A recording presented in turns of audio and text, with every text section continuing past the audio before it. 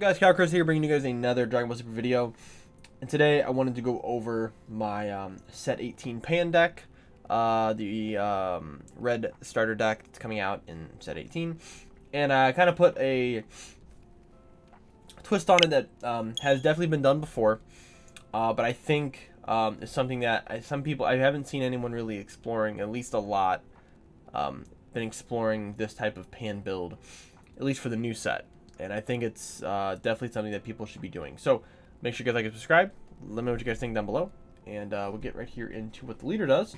For those people who don't know, is when you play a battle card, Pan chooses that card, gives it 5k for the turn. And if that card raises its power level to 20k or more, you get to draw a card.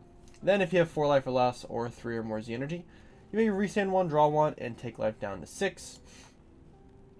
Which is good because Pan's problem before was that you had to get the 4 life, and there was no different type of like secondary awakened condition back then. So being able to do that now is very good. Same auto on this side. When something goes over 20k, you get to draw a card. 20k or more. You also can draw a card when you attack.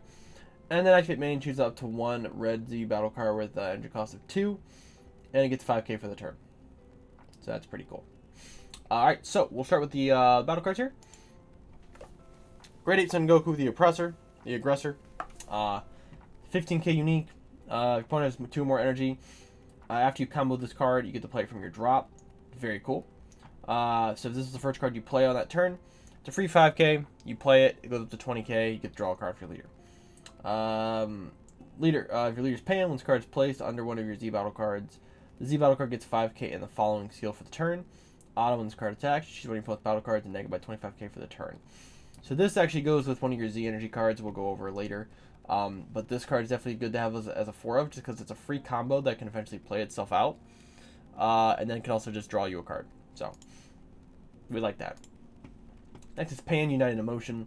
This is a 1-drop in the Pan deck. If this card's power is 20k or more when this card attacks, search top 5, add up to 1 red sand, 5 cost or less, or a red unison with a specific cost of 3. Means our unison is searchable, as well as some of our tech cards and some of our other battle cards as well. So, pretty cool. And it also does not say mono red, just says red. We have 1 new ruler. Automatically gains 5k anyways, but this will go up to 25k if it's the first battle card you play, which is pretty cool. So you get to actually just make it 25k pump instead of the 20 and also draw a card off of it. It's not too bad. And then we have a ton of multicolor here. Yes, we are going to be playing red-blue. Personally, I think it's probably the best way of playing Pan, at least at the start of the next set, just because this formula has been proven to work very well in the Pan deck, and because we're kind of entering a combo-heavy, I feel like we're going to be entering a combo-heavy meta anyways with all the Z energy stuff. This is a very cool thing to be able to do. So, we have 4 Super Saiyan God Vegeta Divine Restraint. So, a few different things with this card. For one, it's a counterplay. Stops 20k or less, is bottom decks them, right? Permanent, if all of your opponent's energy in rest mode, this card has its energy exhaust skill negated, meaning your opponent plays something turn 1, you get this turn 1, you can charge it, now you have a blue-red energy active basically for the entire game now. But what's really cool is the second part, permanent. This card gets 3k power for each card in your energy, right? So, past turn 2, this card will be a 16k, right? Let's say this is the first battle card you play. Well, your leader gives it 5k, goes to 21k, card draws you a card. So not only do you have a counterplay, but then you have a battle card that's going to draw you a card. That's pretty good, right? Being able to just replace itself and have another incredible effect like that is very, very good. Also should note, this card is searchable off Pan, because it is a 5 or less red sand. So that's very good. For the Beerus super combo, it would be silly to play a red-blue deck without this super combo, I feel. Being able to restand energy on your opponent's turn is very important, especially since we are playing in a rival-based deck. Card is definitely needed as a 4 of. Mecha Frieza, this is just a check land. We only run 2 because we have the Vegeta, but it's also good, like, once you have a multicolor down, this card has its energy exhaust negated for the rest of the game. So it's just a good card to have. We just put 2 in just because the Vegeta is actually just a little more important. Then we go to the Hercule-Boo and Cooler combination. So these are your 2 arrivals. Cooler arrivals out for a red. Boo arrivals out for a blue. Draws you a card, minus something 10k, then you can return a red or blue card other than this card to your hand at the end of the turn.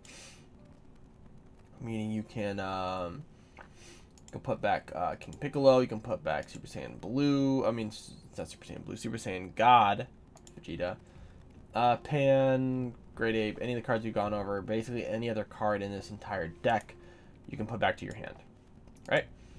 Then we have Cooler, double strike, next 2 things, 10k, ignoring barrier, your opponent mills a card. It's pretty good. This is your big pressure piece, and doing this on defense is also very important because then you can neg stuff, and then your opponent losing battle cards and losing advantage. It's a very good card.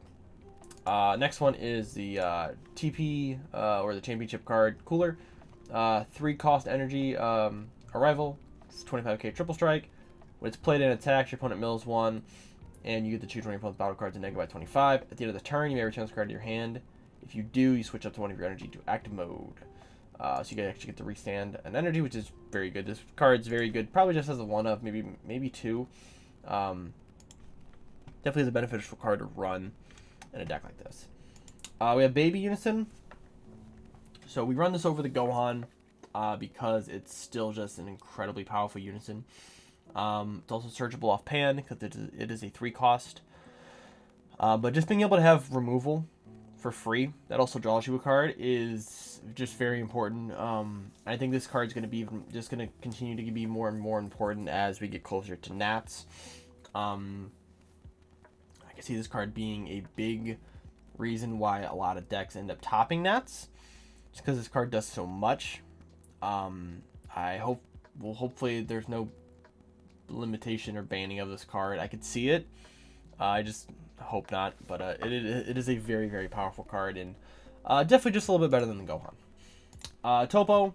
So it's like, why are you running Topo? We have other negates in the game. Well, this card inherently is really good. For one, it gets around Vegeta Resolve Renewed, which is very, very important. It gets hit by a lot of other Floodgate stuff, but Red's the biggest one. You want to be able to play something against Red to stop Red, and Topo's going to stop them. They're not going to swing through Topo. But also what's cool about Topo is you play Topo, you pitch a card, Topo goes up to 25k, and then you get to draw a card because he's already 20k, and he's going to be over 20k when Pang uses her effect. So just basically you play it for free. Essentially, you're just cycling a card. So, Topo's good. Then we have Pan, Wisher of Miracles, and this Gohan here, Surprise Deck Gohan. So both of these are, again, sort of like arrival cards, but they're not needed for multicolor stuff, right? So both of these are activate battle. This is if you have 1 or more red cards in your combo area. Gohan needs 2 or more mono red cards. So he needs mono red. She just needs a red, right? So this is cool because you can combo one and then combo something else and then play this. Like, you can basically like combo this guy, combo another red card, and then do something, right? So it's kind of weird. You may just like maybe bump this down to 1, maybe 2, because you don't have a ton of mono red. But this does make something 10k for the turn. It's also 20k, so it'll gain the 5k pump. Draw you a card. This card, when this card's played, at the end of the battle where this card was played, you neg when your opponent's by 10k. And when this card's played, you get to draw a card from your hand. It's limit 1. So both of these are also searchable. This is also a good charge target. One of the hard things in this deck is trying to find something to charge, right? Because all of your cards are really, really needed. It's probably one of the worst cards in the deck, if you're just going by like value-wise. But being able to charge one of these and then keep one in your hand, so when you need to do some sort of red play, you'll have a 20k body that you can use.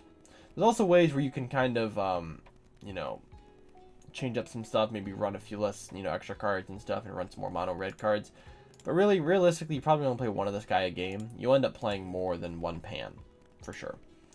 3 testing for defense, 2 violent rays, defense, 4 senzu beans. We are a red-blue deck. Having the energy manipulation is always perfect.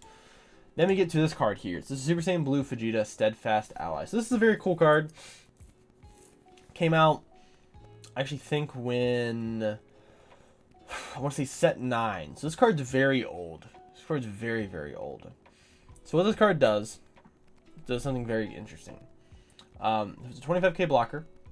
For one, it is a red Saiyan, and it's a 5 cost, meaning it's searchable by pan, right?